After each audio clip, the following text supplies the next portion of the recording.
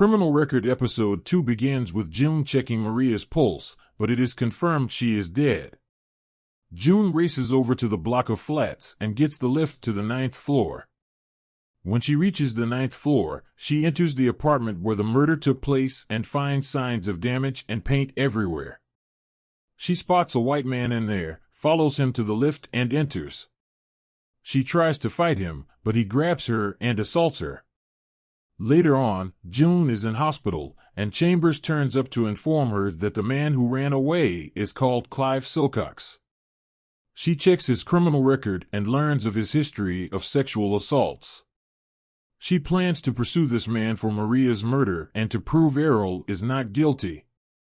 Chambers assures June that they will catch Clive before long. Leo arrives at the hospital with June's son, and both of them are very concerned for her. However, her son takes a few pictures of her injuries and posts them on social media. June is initially not happy about this until someone in the comments calls her a badass. June gets discharged from the hospital and is immediately on the case. She tries to track down Clive's whereabouts. Hegarty takes charge of the investigation and decides to arrest Clive for murdering Maria. June tells him that Maria is the caller who claimed Errol was innocent, and she hopes to investigate this connection to the old murder. Hegarty doesn't listen to June's request, and she returns to her car to find a racist remark spray painted on it. Back in the office, June is told to do other work and back off the case. She doesn't listen and instead chooses to go to meet with Errol's mother, Doris Mathis, at her workplace. Doris doesn't trust the police and is defensive with her, mentioning her Bull S***T radar. She tells her to get out, but before she leaves, Doris tells June she thinks Hegarty sent her and says he lied and refused to listen when she claimed mistakes were made in Errol's case. She says to tell him she's still here and fighting for her son. At the station, June asks DC Chloe Summers for a favor concerning the murder case. She wants to see the pathology report to check for similarities between Maria and Adelaide's murders.